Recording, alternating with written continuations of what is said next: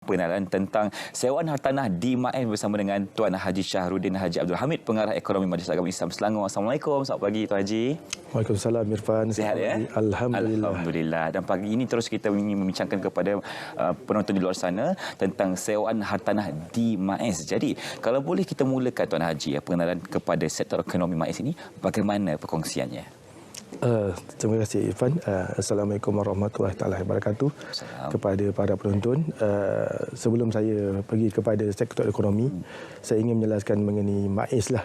MAS adalah sebuah organisasi yang ditubuhkan di bawah Enakmen Pentadbiran Agama Islam Negeri Selangor yang berfungsi untuk menasihat Duli Yang Maha Mulia Sultan Selangor dari aspek pentadbiran agama Islam Negeri Selangor. Pentadbiran Agama Islam Negeri Selangor, kecuali dalam berkaitan hukum syarak dan kehakiman lah. MAS juga menyebutkan organisasi contoh berwibawa dalam memertabatkan syariat Islam di Negeri Selangor. Berbalik kepada sektor ekonomi MAS tadi, sektor ekonomi MAS berfungsi untuk menjana pendapatan untuk MAS dan seterusnya memulangkan semula kepada kemaslahatan ummah di Negeri Selangor lah. Kita di MAS ni di bawah sektor ekonomi, kita mencari hasil-hasil baru, menjana pendapatan melalui hasil sewaan, premis dan hartanah. Lepas itu kita buat projek pembangunan dan hasilnya kita pulangkan kembali pada ummah lah. Di bawah sektor ekonomi MAS ni kita mempunyai 3 bahagian utama lah. Yang pertama adalah bahagian pembangunan ekonomi yang berfungsi untuk mencari hasil-hasil baru berdasarkan pelan strategik ekonomi MAS. Contoh pelaksanaannya kita merancang untuk membeli premis di lokasi yang strategik. Yang ini kita ada belilah, macam contohnya di Puncak Alam kita ada beli 11 unit, di Alam Impian kita ada beli 2 unit. Dan premis yang kita beli ini kita sewakan. Kita juga ada melaksanakan pembangunan tanah di atas tanah-tanah MAS.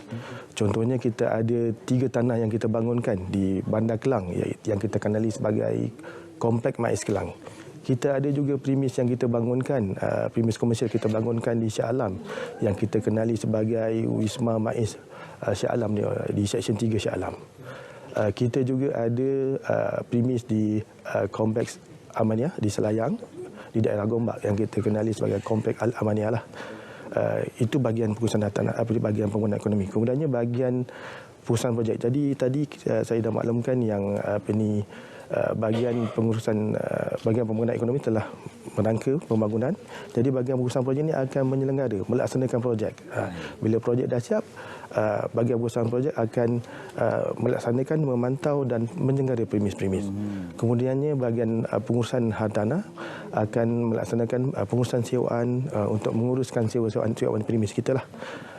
Untuk makluman semua, hasil daripada pendapatan sewaan tu kita salurkan balik kepada umat negeri Selangor lah. Baik, itu antara 3 cabang utama sektor ekonomi di bawah MAS sendiri. Dan kalau kita nak kongsikan kepada penonton, apakah antara keistimewaan kalau kita menyewa premis di bawah MAS ini?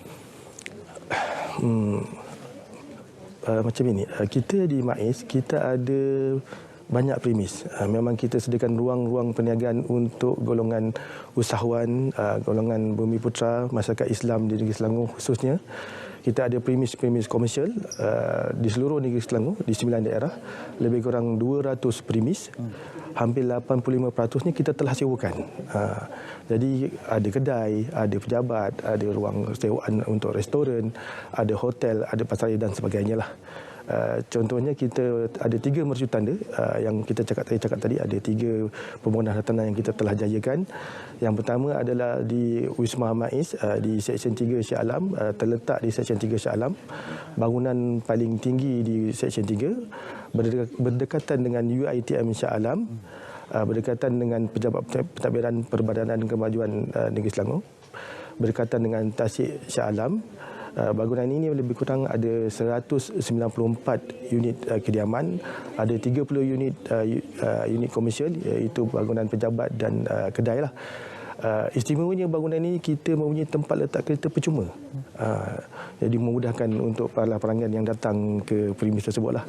Kita juga mempunyai sistem kawalan keselamatan dan CCTV selama 24 jam lah ini untuk memberi keselesaan kepada kita punya penyewa lah. Dan juga keselamatan. Ya, betul. Kita pun ada anchor tenant di situ, iaitu premis yang kita khaskan untuk dialisis. Jadi kalau ada ada masyarakat yang memerlukan dialisis, boleh datang sini. Yang mana ia diusahakan oleh anak syarikat kita, iaitu Yayasan Islam Darul Ihsan, menurut dananya daripada Lembaga Zakat Selangor lah. Kita juga ada ATM Bank Islam dekat situ. Kemudiannya kita ada di bangunan Komplek MAIS Kelang, di tengah-tengah Bandar Kelang. Dekat sini kita ada lebih kurang 3 komponen utama lah. Kita ada unit pejabat 6 tingkat, kita ada unit hotel 6 tingkat dan unit pasaraya 4 tingkat.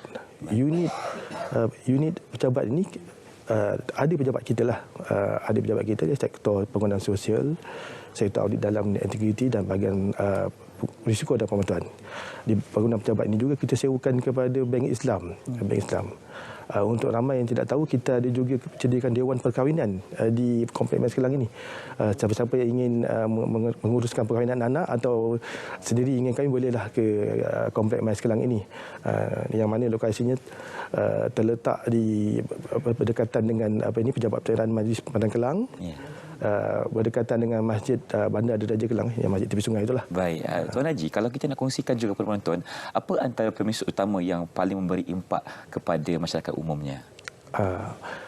Yang seperti yang saya maklum tadi lah, kita memang fokuskan kita punya premis yang memang kalau ikutkan di MAIS, premis ni kita panggil Komplek MAIS Kelang atau KMK lah. Premis ni yang paling bagus untuk disewa kerana terletak di tengah-tengah pusat bandar Kelang.